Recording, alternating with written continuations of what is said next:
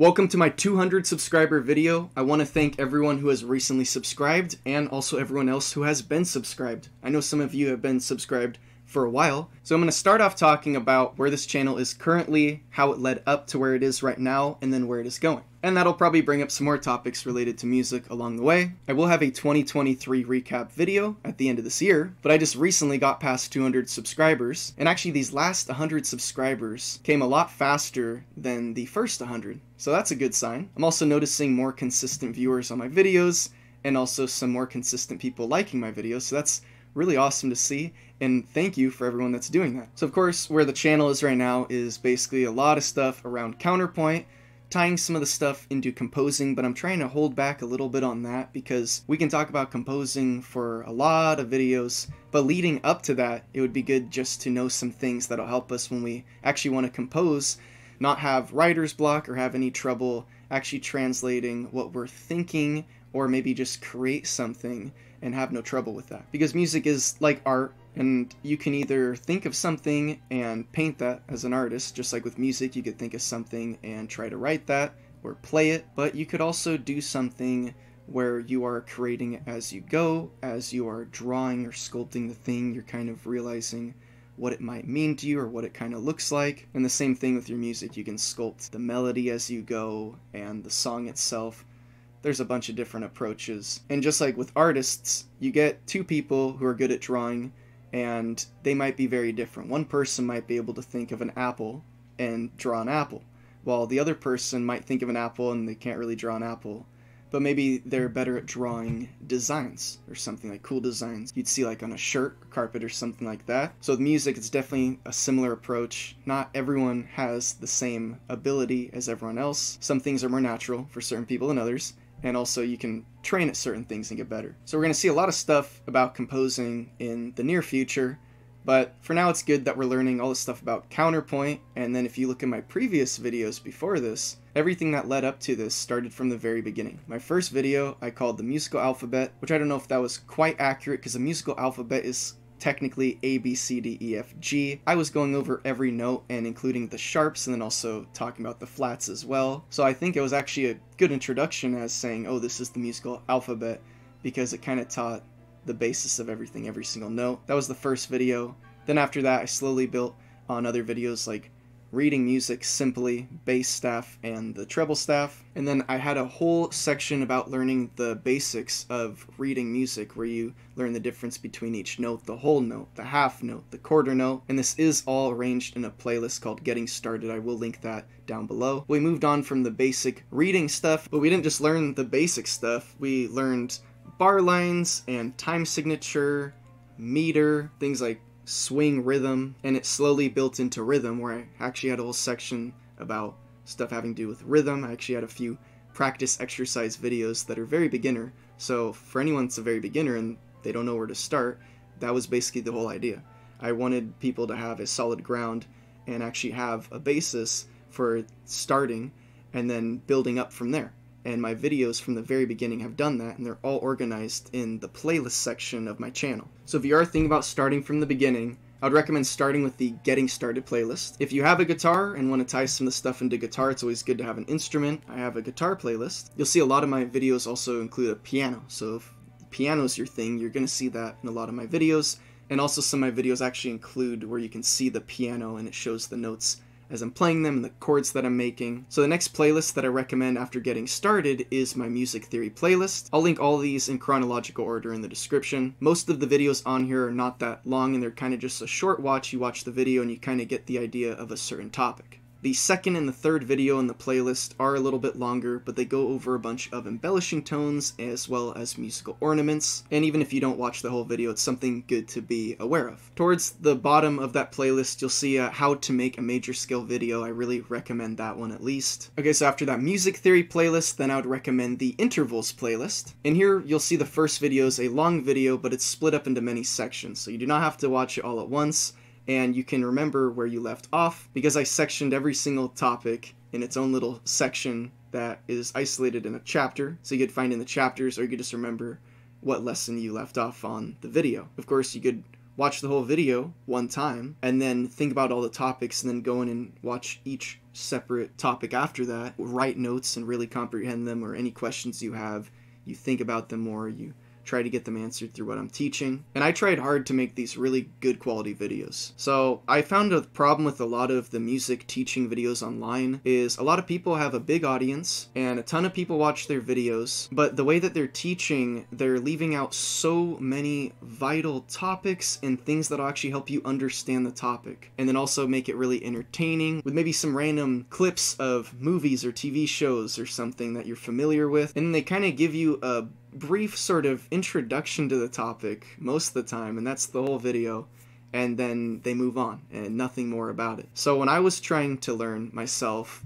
this was a burden to me because I was trying to learn all these topics, and then I'd get this very brief kind of, okay, here's the idea of what this topic is, but no one really went into breaking it down, understanding it, and slowly sitting there and, like a teacher, helping you comprehend it. Okay? So that's what I tried to make this channel. It wasn't about followers or the nicest quality with the special effects and the random clips that you're familiar with and stuff. Instead, it was basically pedagogical. It was saying, I want to teach these topics.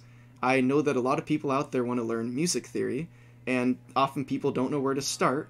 So I want people to be able to start here and then go on from here. Maybe learn with me as I'm learning. This way people could learn at their own speed. They could slowly learn these topics. They could just learn some of the beginner ones.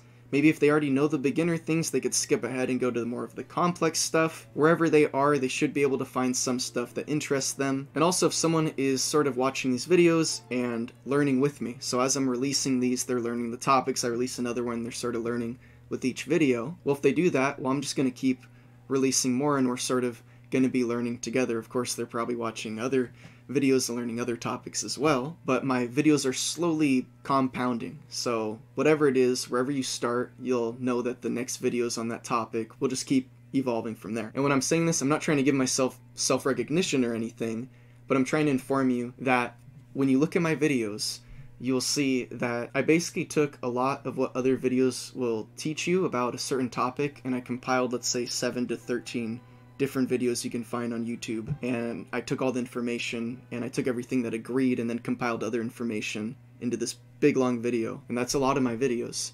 So if you want to learn a certain topic, a lot of my videos have the information that you'll find in a bunch of the other videos that you'll find on YouTube. You could go through and watch all those yourself, and you'll see that my video will basically just teach all those topics and also try to further elaborate on those topics, kind of dissect them a little bit, and actually understand what's going on more, not just teaching the topic. So if you go to that interval video, you'll see it starts with an introduction to intervals, interval definition, quantity of intervals, quality of intervals, why intervals stop at the number 8, and we go further on, we go into unisons, octaves, how to label the intervals, augmented, diminished. We talk about the chromatic scale, the semitones and the interval relationships. I talk about the tritone, inverting intervals, and I have a really good trick about that. We even get into creating a musical phrase using inversions, consonant and dissonant intervals, where I even go through the strong consonances, the weaker consonances, the strong dissonances, and harmonic intervals. Okay, and then I even get into descending melodic intervals, which can be kind of confusing for a beginner. And then I have a good trick for finding out the quality of any interval in any key. So you can look at any interval and tell is it major or minor. And this one's more of a brain exercise. It's not the most efficient way of doing that. If you want to see a more efficient way of doing that, look at my Name the Interval videos. I go through a very efficient way of looking at an interval, seeing if it's major or minor, and it doesn't matter what key it's in. After you go to that first video on the interval playlist, you could watch the second video, which is intervals part 2, and that goes into chords. You can also find all those videos separated in my chord theory playlist, where you'll find some additional videos on the bottom. After my intervals, my chord theory playlists, I would recommend the minor playlist, where we talk about the minor scale. From there, I'd recommend the transposing playlist. That one's very important, and that's more if you're thinking about writing music and writing for orchestra. So if you're not doing any of that, maybe it's not so important. Then after that, I would really recommend my counterpoint playlist. No matter where you are musically and what music you're trying to create, counterpoint is this thing that when you start learning about it more and more, you realize how vital it is and how important it is just to music that we listen to all the time. Whether people realize they're making music when they're improvising in a rock band, or you're listening to classical music like Mozart or something, and you hear all the different instruments making their counterpoint. There's counterpoint in folk music, there's all sorts of counterpoint that naturally occurs in music, and this is the more formal way of learning about counterpoint, to where you learn all the specific details and rules that some people may advise you not to learn. But I think it's very good to learn this whether you're actually going to use this or you're going to break the rules, because you'll kind of learn about counterpoint more whether you're going to follow this exact strict way, which no one probably will, or you'll learn from this counterpoint, have more of an understanding on how melodies work when they're separate and you actually want to hear multiple things at the same time. Okay, and from the counterpoint playlist, that started also from the very beginning. I tried teaching the very beginning stuff in that playlist, where we just learn about what counterpoint is, the difference between modal and tonal counterpoint. We start off with 1-to-1 counterpoint with 2 voices. We get into 2-to-1, we even do 3-to-1, 4-to-1. Then there's an isolated counterpoint lesson about suspensions. After that gets into florid counterpoint, where it ties all the different counterpoints into one. You can do all of them combined into one. And doing this, you'll see that oftentimes it's more of a challenge if you isolate one certain ratio of note against another note. So if you're doing 4-to-1, that's a little more challenging than the florid counterpoint, because you have the ability to choose whatever note you can. So I think it's good to isolate them in the beginning. Not only is it a challenge and you become a better musician solving that sort of puzzle, but afterwards you go into the florid counterpoint, and now you can use these how you want, and you probably learned some methods that you wouldn't have learned isolating them. And then I get into 3 voices, where I have a 3-voice counterpoint video. It's very recent, and similarly I have the 1-to-1 3 voices, and then I have 2-to-1, and then I skipped the 3-to-1, which you can kind of just tie that into 4-to-1. So there's the 4-to-1. I also skipped the suspensions in that video just to make it more efficient, and then it gets into florid counterpoint for 3 voices. So I think that's plenty to learn for 3 voices. I skipped the other ones because it's sort of unnecessary. Because you'll see at the end of all my counterpoint videos, I show that I have downloadable exercises for each lesson that I'm teaching. And those are in the description of each video, so you could download those on your phone, you could fill them in, you could print them, whether you have a printer at your house, or you could even go to a store, Walmart or something, and print it if you don't have a printer. Whatever it is, you can print these exercises, you can fill them out. These are very similar to what you'd get at a conventional school. I don't know if they really do counterpoint so much anymore, but a lot of these exercises are taken straight from people like Mozart, Beethoven, Salieri, who was teaching Schubert. So you're basically learning in the footsteps of these famous classicists, mostly based off Johann Joseph Fuchs's Gradus ad Parnassum book, but if you watch my videos, you'll see that I included a lot more than just what is in that book. A lot of it is based off a summary of what is taught in that book, and then it branches off to some things that if you want to choose maybe a tonal approach, and you want to think about chord relationships and stuff like that, I offer that type of thinking in my videos as your choice, and I also offer some ideas that can branch you out of just the basic plain counterpoint, some ways that the counterpoint evolved throughout time, where people started maybe breaking some rules, having some different outlooks on it, and I try to show all those different things in the videos, so at the end of the videos, you're going to have an idea of what your option of counterpoint's going to be, whether you're going to be very strict, or you're going to break some rules here and there to make the melody that you want to make, or if you're going to just be less strict but still justify everything within certain measures. I offer those different ways of thinking within my videos. So now, that's where we're at now. That's where we started from.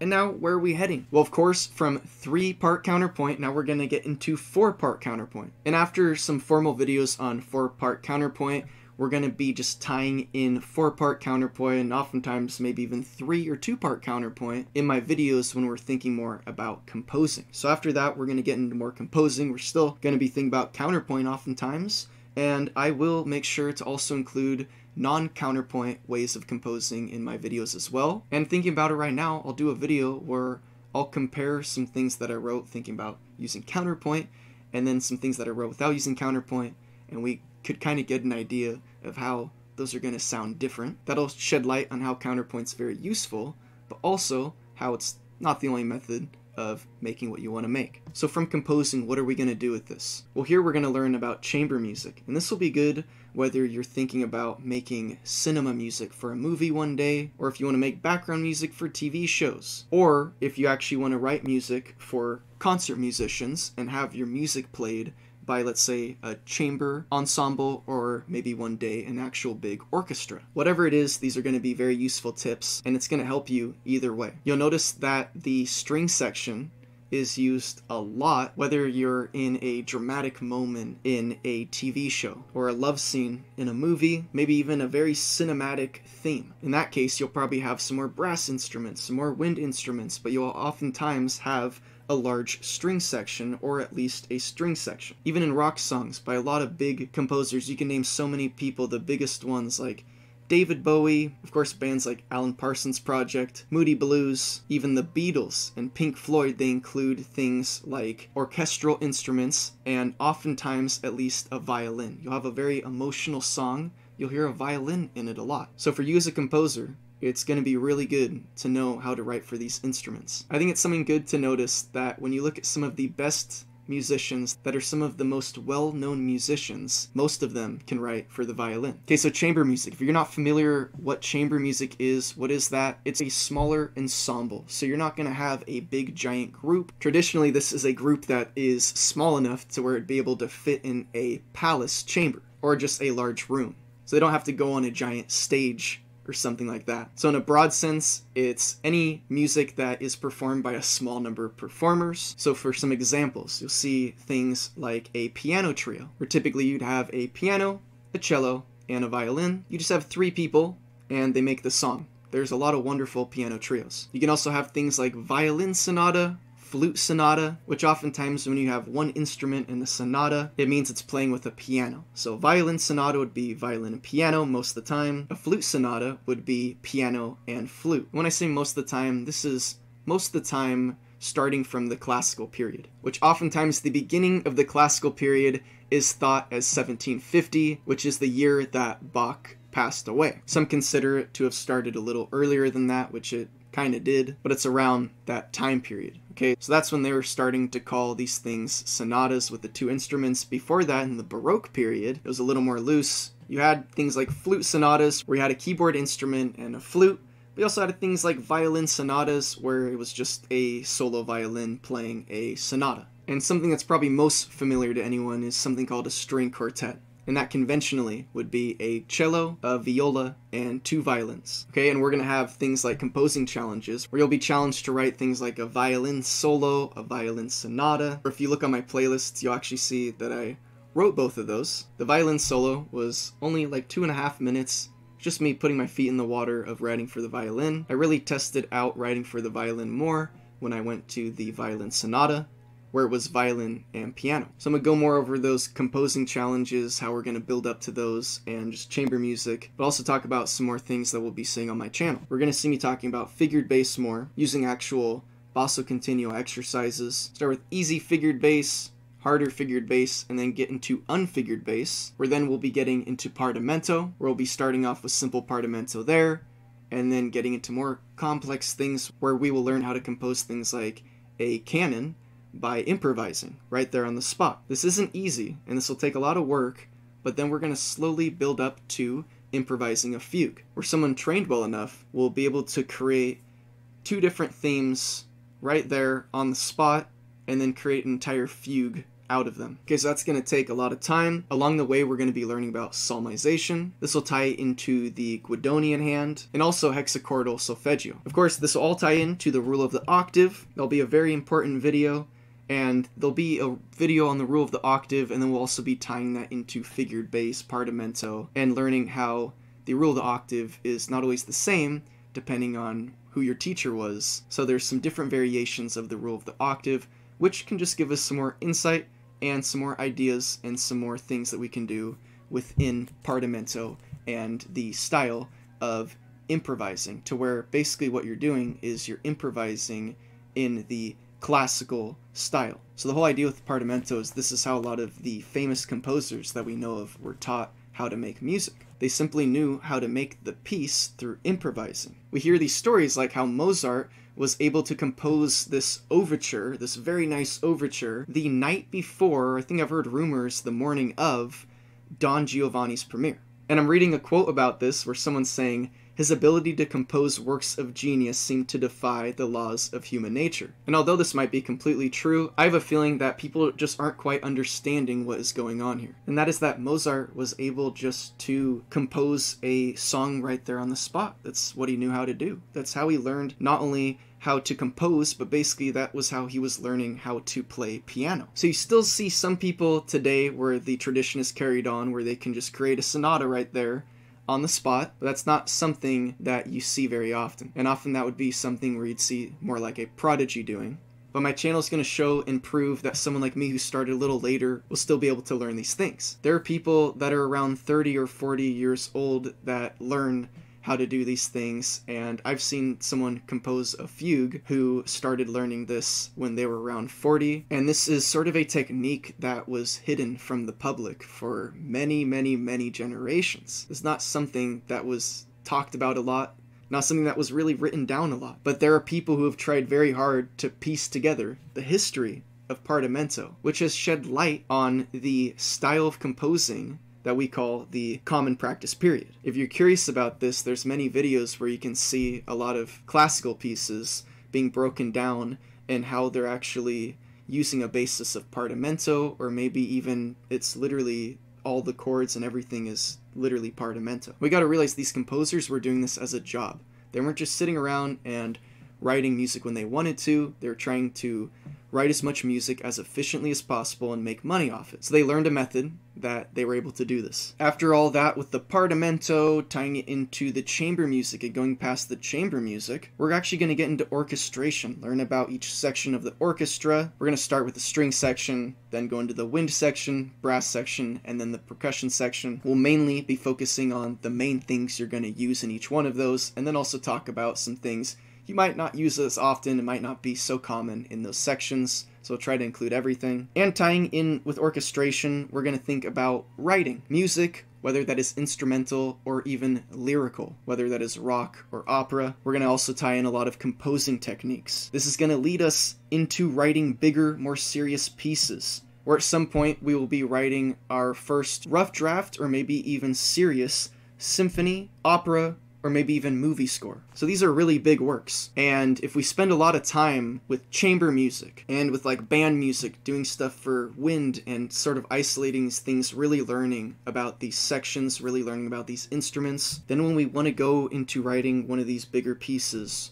we're not going to struggle the whole way along the way and spend way longer than we have to. It's been recorded that a lot of people will write a symphony, it'll take them a year or 3. So you don't want to take on a project like that, and then along the way there's a million questions and things that you don't know what to do, where you'd either wing it or you'd have to spend a bunch of time learning stuff. Okay, so that's why we're going to start with the chamber music, okay?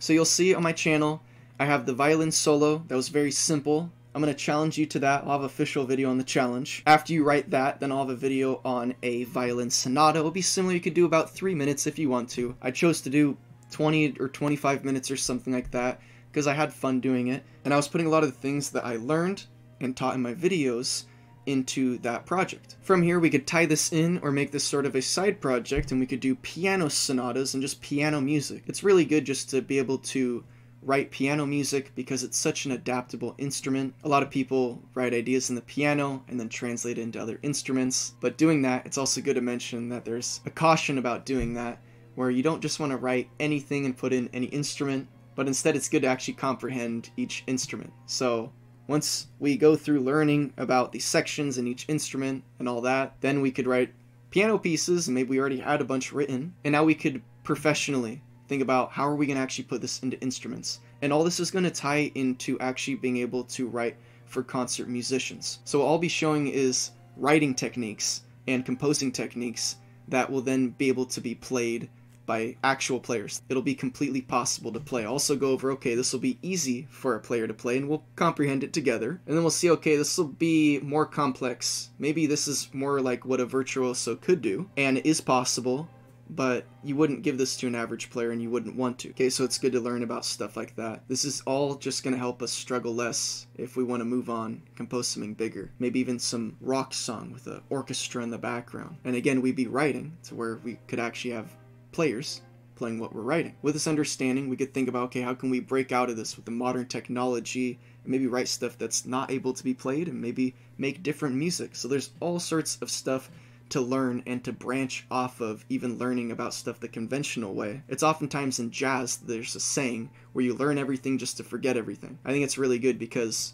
when you learn all the rules, you learn how to break the rules, and you're not just doing things blindly. So if you are breaking a bunch of rules, well, you'll learn how to, and maybe you'll learn how to do things a certain way to where you'll create your certain sound, but you'll comprehend what you're doing, and then you'll be able to do it again and again. And this is where a lot of people struggle, is they develop a really good ear for making music, but they don't quite comprehend what they're doing.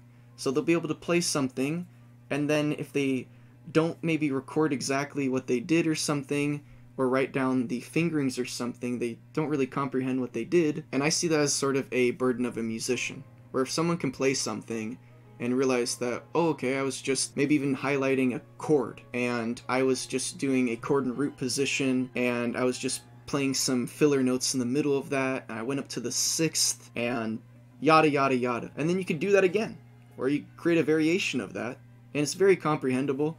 So don't put yourself at a disadvantage and think that you have to learn everything by ear, or on the other extreme, that you have to learn everything by the book. Okay, so after writing the violin solo, and then writing the violin sonata, which is a piece for violin and piano, we're going to have some optional piano music, but then we're going to get into writing a cello solo, and then after that, a piano trio. So now if you practice more piano, great. We're going to now tie in the piano, cello, and the violin, and make a piece out of that. That is the piano trio. Then after that, we're going to do a viola solo. Now, okay, viola solo and cello solo, how are you going to write these? And this is where the counterpoint is going to come in handy. If you write a counterpoint response as a bass line, you could take that melodic line, get rid of the other lines, and you have the basis for a cello solo. This can give you inspiration for what the piece can be, or you may like the piece just how it is, or you might want to create a variation out of it, or you might want to expand it further. Whatever it is, doing the counterpoint is going to help, because now let's say you have a middle line and alto line that you're writing for counterpoint. Well, now you can use that as your viola solo, the basis of it, or whatever you want to do. So learning about the counterpoint and then tying it into the chamber music is just going to help us more, and also help us with efficiency for writing something quicker. Then after the viola solo, we're going to do a string trio. So here we're actually going to have the cello, viola, and violin. So learning about all the counterpoint, we could create a 3-part counterpoint response, and we could use that as the basis for our string trio if we wanted. With this, we'd be able to create things that would sound a lot more like the string trios that we're used to. From here, we're going to move on to a piano quartet. Now we're thinking about 4 voices, but we still have used all these instruments. Now we're going to have a piano, cello, viola, and violin. Then we're going to get into the string quartet, which commonly is a cello, viola, and 2 violins. From here, we're just going to keep moving on, and you could stop at this point, and this could be your end point, or you could keep going, and we're going to write a piano quintet. So quintet 5. Here we have a piano, cello, viola, and then 2 violins. And I'd say some of my favorite chamber music is piano trios, string quartets, and piano quintets. Something about the 3 of those different options, it's oftentimes just really nice music. But moving on from the piano quintet, of course, now we can do a string quintet, where oftentimes this will be your chance to include the double bass for the first time. Here you can have the double bass, cello, viola, and then the 2 different violins, which will be known as violin 1 and 2. And we're going to learn about violin 1 and 2, their roles and their differences in the upcoming videos about the string section and orchestration. We can also look at less conventional ways of scoring a string quintet. For example, Schubert's C major string quintet, where he has 2 cellos,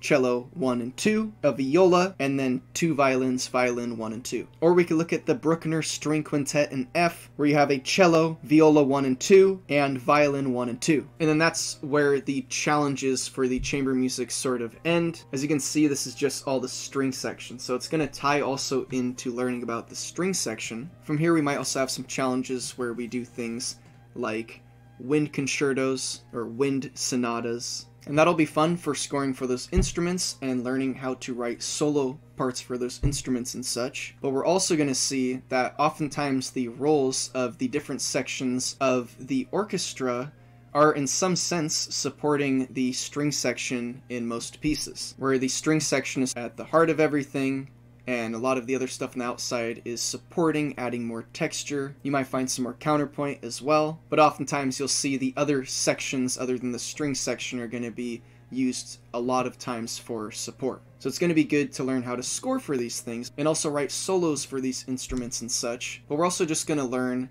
how to write a piece, whether that is starting off with a piano piece or maybe starting off with a string quartet and then turning that into something much bigger, writing a small orchestral piece, getting our feet in the waters of what it would be like to write sections of a symphony, where we will be practicing things like tutti chords, writing for multiple instruments, how to write for those instruments, how to write certain engravings on your composition to where you can hand that to a conductor or a group of musicians and they'll be able to understand exactly what you want the players to play. And then I'll be doing some fun stuff like actually making a song. Okay, so what if I wanted to do a song where I'm singing but there's string quartet? So you'll see stuff like that more in the future. And then I'm also going to have some more stuff on the piano with all the partimento and stuff like that. But then at one point I'll also be getting more into the guitar. I love the guitar. So I'll be getting more into writing music with the guitar, whether you're writing music for the guitar or it's a instrument that you can use where you can just sit down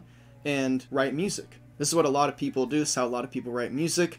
Or they use a piano. A lot of people use both. So we're going to learn the things to be able to do that. Of course, if anyone has any ideas for any topics they'd want me to teach or topics they think would be a good idea for me to teach, well, I'd love to hear about that. I'd love to see that in the comments. Okay, so the channel already is, and it's going to get a lot more into just writing music, composing music, and I'm going to be mentioning a lot of the things that I taught in my videos. So I don't expect that anyone's watched all 154 of the videos I've posted so far. This will be my 155th, but if someone is confused about something I'm teaching in my videos, well, a lot of times I already have a video about that topic, or that topic is found in one of my videos, where I do try to really teach these topics thoroughly. I'm not just teaching you the basis of it. If I do, then there's probably multiple videos to where you're slowly going to learn a lot more about the topic. And I really triple checked a lot of things to make sure that I tried my hardest to have as little or no mistakes in all my videos. So when you're trying to learn about stuff,